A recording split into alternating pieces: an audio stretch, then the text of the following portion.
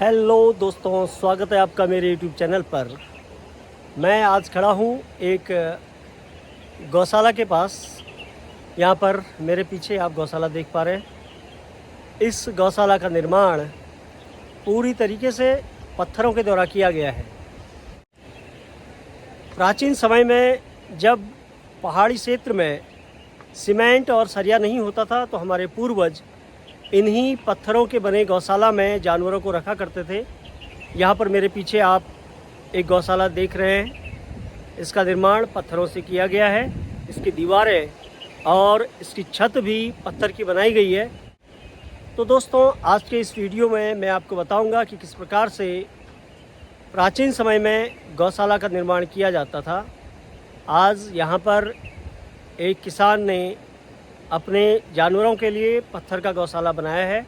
मैं इस गौशाला का निर्माण कार्य प्रारंभ होने से लेकर अंत तक की वीडियो आपको दिखाने का प्रयास करूंगा, ताकि आप समझ पाएँ कि किस प्रकार से प्राचीन समय में संसाधनों के अभाव में भी हमारे पूर्वज अपने रोज़मर्रा के सारे काम इस प्रकार से किया करते थे।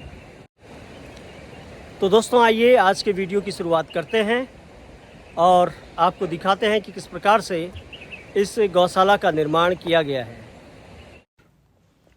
यहाँ पर वीडियो प्रारंभ होते ही आप देख पा रहे हैं कि किसान ने इस गौशाला की नींव से लेकर आधी दीवार की चिनाई कर ली है और ये दीवारें पूरी तरह से पत्थरों की बनाई गई हैं। इसमें कुछ दीवार आगे बढ़ाने के पश्चात छत डालने का कार्य प्रारंभ किया जाता है। और यहाँ पर आप देख रहे हैं कि किसान ने दीवारों का कार्य पूर्ण करने के पश्चात छत डालने का कार्य प्रारंभ कर दिया है। सबसे पहले दीवार के बीच में एक मोटी सी लकड़ी रखी जाती है जिसे धुरी कहते हैं। इस धुरी से दीवार के दोनों तरफ लकड़ियाँ डाली जाती हैं और उसके पश्चात इन लकड़ियों के बीच में छोटी छोटी लकड़ियों को फाड़कर जो टुकड़े बनाए जाते हैं उनको रखा जाता है ताकि पत्थर नीचे न गिर पाए। यहाँ पर आप देख पा रहे हैं कि इस गौशाला की छत का निर्माण कार्य प्रारंभ हो चुका है और गौशाला की छत भी पूरी तरीके से पत्थरों की बनाई जा रही है। आप यहाँ पर वीडियो में देख पा रहे हैं कि बड़े बड़े पत्थर छत पर रखे जा रहे हैं और उसके नीचे मसाला डाला जा रहा है। ये मसाला भी मिट्टी का ही बनाया गया है। जो कारीगर छत का निर्माण कर रहा है उसके पीछे आप देख रहे हैं कि पूरे छत को लकड़ियों के टुकड़ों से पूरी तरीके से ढक लिया गया है और उसके ऊपर मिट्टी का मसाला डालकर मिट्टी के मसाले के ऊपर इन बड़े बड़े पत्थरों को रखा जाता है। इन पत्थरों को हमारी पहाड़ी भाषा में पाथर भी कहा जाता है। यहाँ पर आप देख रहे हैं कि नीचे से कुछ वर्कर्स इन पत्थरों को छत पर चढ़ा रहे हैं और ऊपर खड़े कारीगर बारी बारी से बहुत अच्छी कलाकारी के साथ इन पत्थरों को मिला मिलाकर छत डाल रहे हैं। प्राचीन समय से ही पहाड़ी क्षेत्रों में इस प्रकार के मकान बनाए जाते थे। जब पहाड़ों में सीमेंट और सरिया उपलब्ध नहीं था तो उस समय हमारे पूर्वज इन्हीं पत्थरों से छत का निर्माण किया करते थे और इन छतों का निर्माण इतनी कलाकारी से किया करते थे कि इन छतों के अंदर बिल्कुल भी बरसात का पानी नहीं जा पाता था। दोस्तों, मैं आपको इन पत्थरों को दिखाने का प्रयास कर रहा हूँ। ये देखिए, जो वीडियो में दिखाई दे रहे हैं ये वही पत्थर हैं जिनसे छत का निर्माण किया जा रहा है। इन पत्थरों को पहाड़ के बड़े बड़े चट्टानों से निकाला जाता है। ये चट्टानों में इसी प्रकार के पतले पत्थर नहीं होते हैं, बल्कि जो चट्टानों में बड़े बड़े पत्थर होते हैं उनको बहुत सावधानी से और बहुत कलाकारी से तोड़कर इन बारीक और बड़े बड़े पत्थरों को निकालने का कार्य विशेषज्ञों के द्वारा किया जाता है। जिस तरह वर्तमान समय में हर घर में टाइल्स लगाकर मकानों का निर्माण कराया जाता है, उसी प्रकार प्राचीन समय में इन पत्थरों की प्लेटों से ही मकान का निर्माण किया जाता था। दोस्तों, यहाँ पर आप देख रहे हैं कि ये बड़े बड़े पत्थर, जिन्हें पाथर या स्लेट कहते हैं, इनको चट्टानों से निकाल कर यहाँ पर रखा गया है और इन्हीं स्लेटों से आज इस गौशाला की छत का निर्माण किया जा रहा है। लेकिन वर्तमान समय में पहाड़ों में भी अब ये स्लेटें उपलब्ध नहीं हो पाती हैं, क्योंकि आधुनिक समय आ जाने से ये विलुप्त हो चुके हैं। यहाँ पर आप देख रहे हैं, मैं आपको जूम करके दीवार को दिखाने का प्रयास कर रहा हूँ। इस दीवार का निर्माण पूरी तरह से पत्थरों से किया गया है। जैसे आजकल मिस्त्री ईंटों से मकान का निर्माण करता है और उसके बीच में मसाला सीमेंट का बनाता है, लेकिन यहाँ पर पत्थरों के पहाड़ों में अलग कारीगर होते हैं जो पत्थर से दीवार बनाने का कार्य करते हैं। इस दीवार में मसाला मिट्टी का ही बनाया गया है, क्योंकि इस किसान के पास इतनी सुविधाएं नहीं हैं कि वो सीमेंट खरीद कर दीवार में मसाला डाल सके। यहाँ पर मैं गौशाला के अंदर से छत को दिखाने का प्रयास कर रहा हूँ। छत में सभी लकड़ियाँ डाल लेने के पश्चात इसके ऊपर अब पत्थर डालकर छत बनाने का कार्य किया जा रहा है। ये आप देख रहे हैं, जो बीच की लकड़ी है उसे धुरी कहते हैं और ये पूरी छत धुरी पर ही टिकी रहती है, इसीलिए इस धुरी को मजबूत लकड़ी का बनाया जाता है।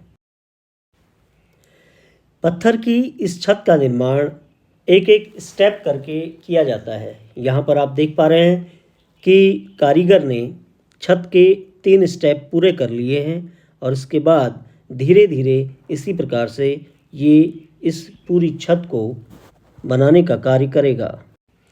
दोस्तों, मैं अब आपको इस छत में प्रयोग किए जाने वाले मसाले को दिखा रहा हूँ।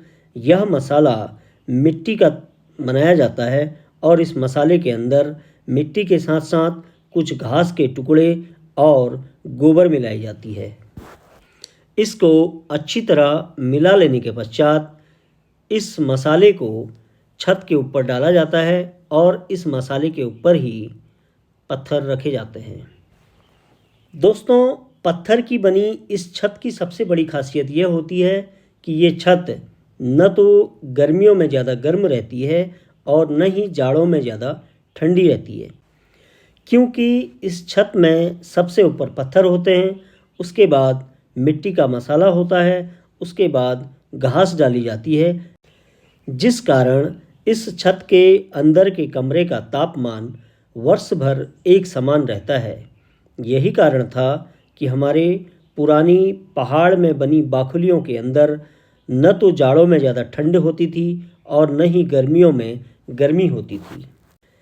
इसका अर्थ ये है कि हमारे पूर्वजों के द्वारा बनाए जाने वाले ये पत्थर की छत और मिट्टी के मकान एयर कंडीशनर का कार्य करते थे और यही कारण था कि उस समय के हमारे पहाड़ी लोग बहुत कम बीमार पड़ते थे।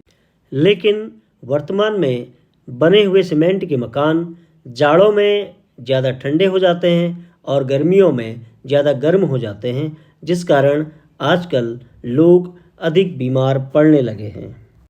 यहाँ पर आप देख रहे हैं दोस्तों कि कारीगर एक तरफ की छत का कार्य पूर्ण करके दूसरी तरफ छत डालने का कार्य कर रहा है। यहाँ पर आपको साफ दिखाई दे रहा है कि पत्थरों के नीचे मसाला है और उसके नीचे घास डाली गई है।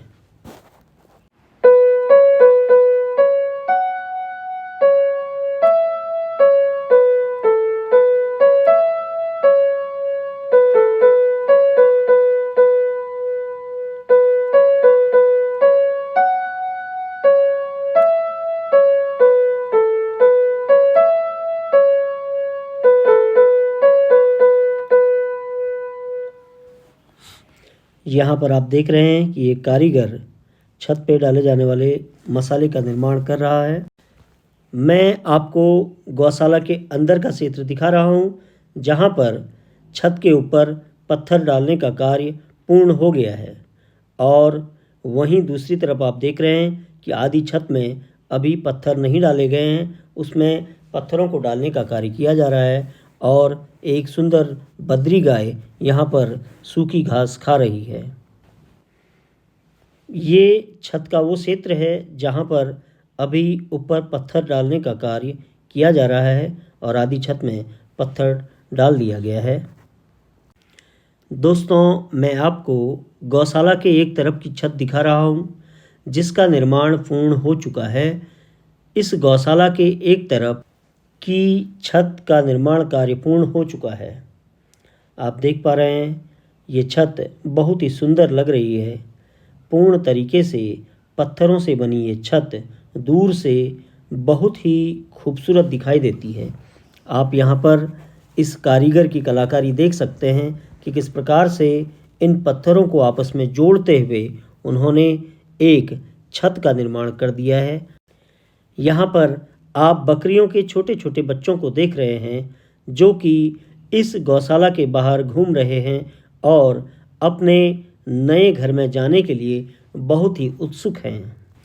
आज के बाद ये बकरियों के बच्चे अपने नए गौशाला में रहेंगे।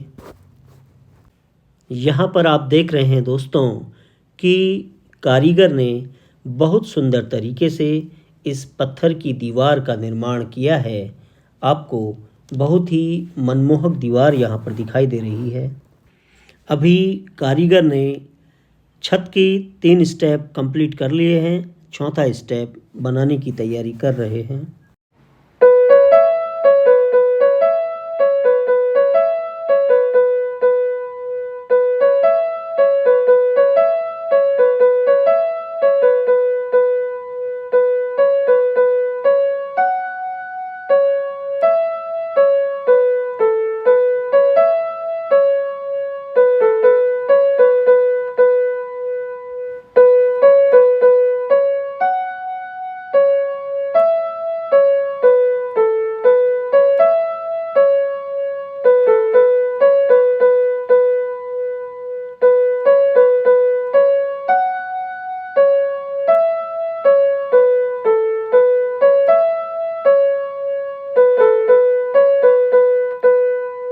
दोस्तों, आप यहाँ पर देख रहे हैं कि कारीगर बहुत ही बारीकी से इन पत्थरों को मिलाकर छत बनाने का कार्य कर रहे हैं।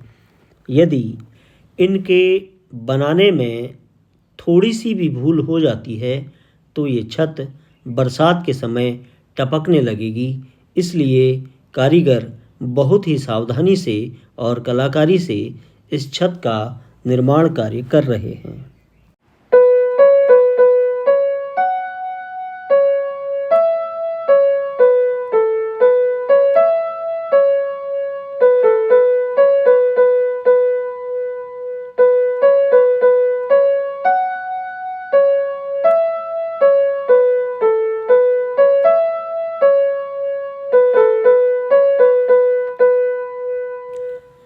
दोस्तों, पत्थर की छत बनाने का कार्य अब लगभग समाप्ति की ओर है।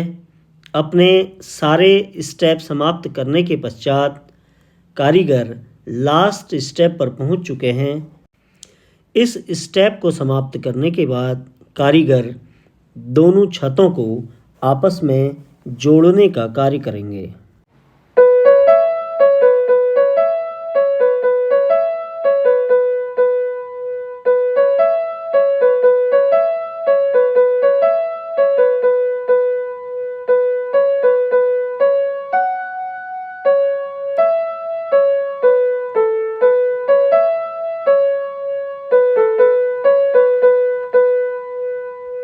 दोस्तों, सभी की मेहनत के पश्चात स्लेट की छत बनाने का कार्य समाप्त होने ही वाला है। यहाँ पर आप देख रहे हैं कि कारीगर छत पर अंतिम स्लेट रखकर इस कार्य को समाप्त कर रहा है और उसके पश्चात कारीगर इन दाएं बाएं की दोनों छतों को मिलाकर जोड़ने का प्रयास करेगा। दोस्तों, मैंने आज आपको इस गौशाला के निर्माण को दिखाते हुए यह बताने का प्रयास किया कि प्राचीन समय में किस प्रकार से पहाड़ों में बाखुली की छत का निर्माण किया जाता था, जो कि पूर्ण तरीके से पत्थर के बने होते थे। दोस्तों, मैंने आज आपको इन दुर्लभ चीज़ों को दिखाने का प्रयास किया। मुझे उम्मीद है कि आप लोगों को मेरा ये प्रयास पसंद आया होगा। मैं आगे भी अपने वीडियो में इस प्रकार के पहाड़ की संस्कृति और दुर्लभ चीज़ों को दिखाने का प्रयास करता रहूँगा। धन्यवाद।